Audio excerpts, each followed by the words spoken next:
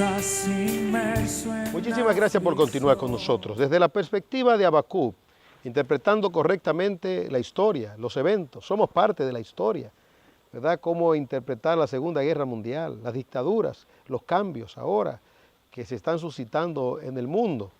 Bueno, Dios tiene una explicación en su palabra, Dios es soberano, Dios prende a los sabios en su astucia. El pueblo de Dios no está llamado a analizar las cosas desde el punto de vista de la lógica secular, sino irse a la palabra de Dios.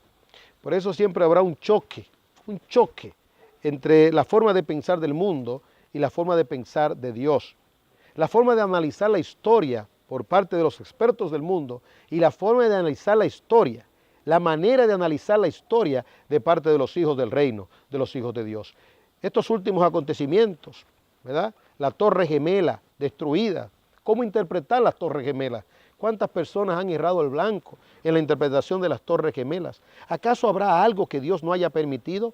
¿Recibiremos lo bueno de Dios y lo malo no lo recibiremos? ¿Por qué se lamenta el hombre viviente? Que se lamente en su pecado. La misericordia de Dios son nuevas cada mañana. El hombre tiene que entender que Jehová reina, que un mosquito no entra a una casa sin el permiso de Dios y no entra a un cuerpo sin el permiso de Dios. ¿No lo puede entender? Vaya delante de Dios y diga: muy justo eres tú, y muy limpios son tus ojos para mirar el mal, y no puedes contemplar la opresión. Habacuc, al igual que Asaf, estaba desconcertado, no sabía qué hacer, pero en lugar de buscar subterfugios o escondederos vanos, fue donde Dios y buscó la respuesta en Dios. Y es donde Dios que debemos de ir. Entonces él se puso como vigía, esperando la explicación de Dios. Versículo 1 del capítulo 2.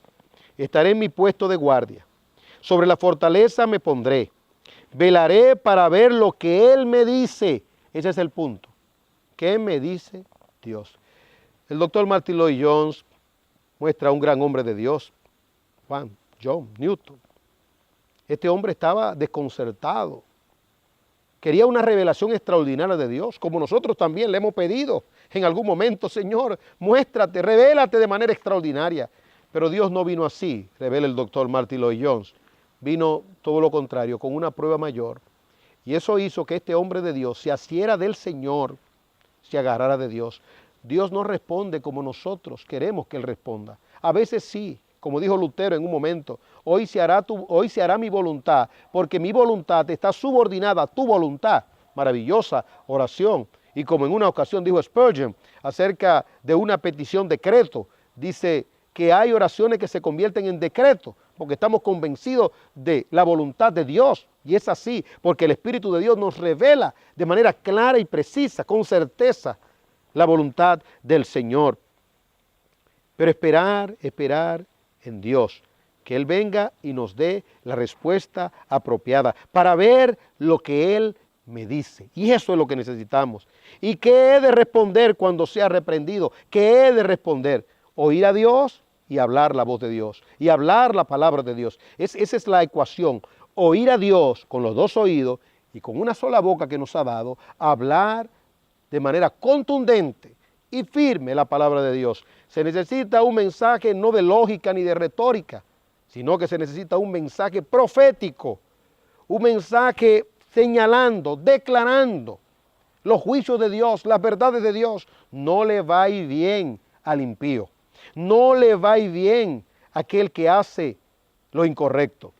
En medio de esta incertidumbre, entonces no peleamos a la manera del hombre, no guerreamos, sino que descansamos en Dios. ¿Qué hacer cuando el mal triunfa o parece triunfar?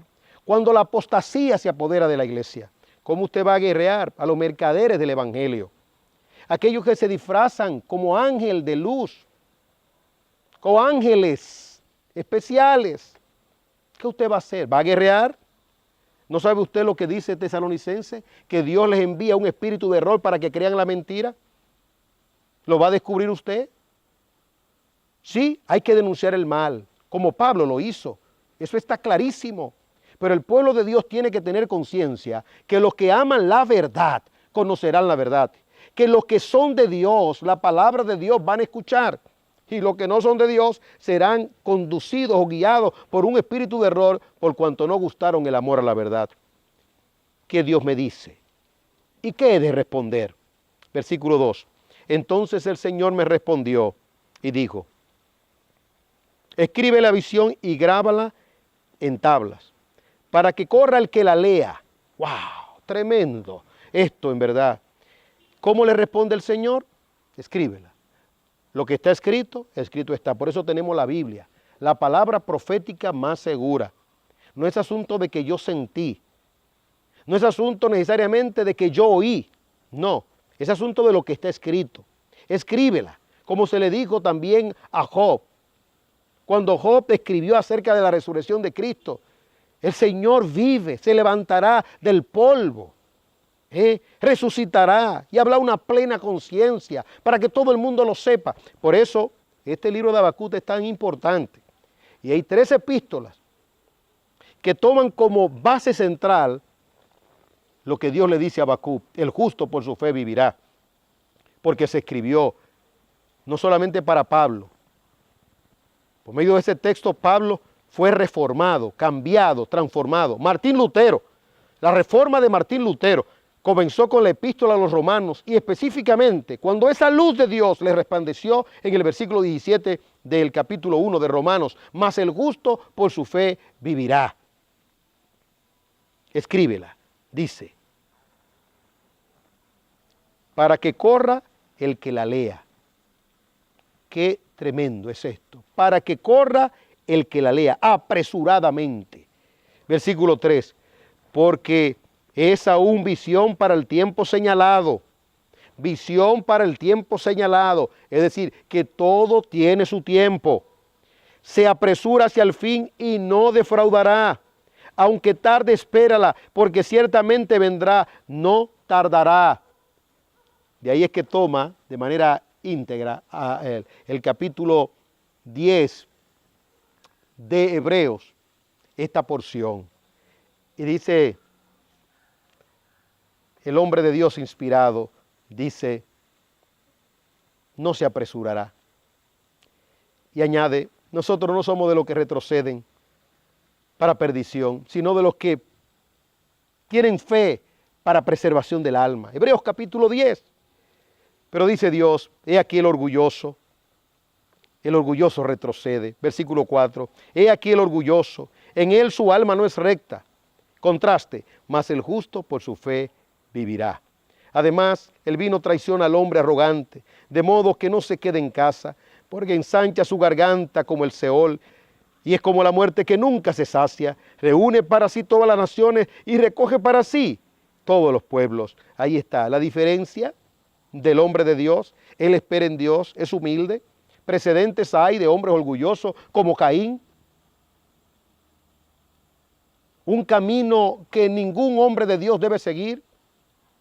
Como Saúl y como Judas o como Agitofel.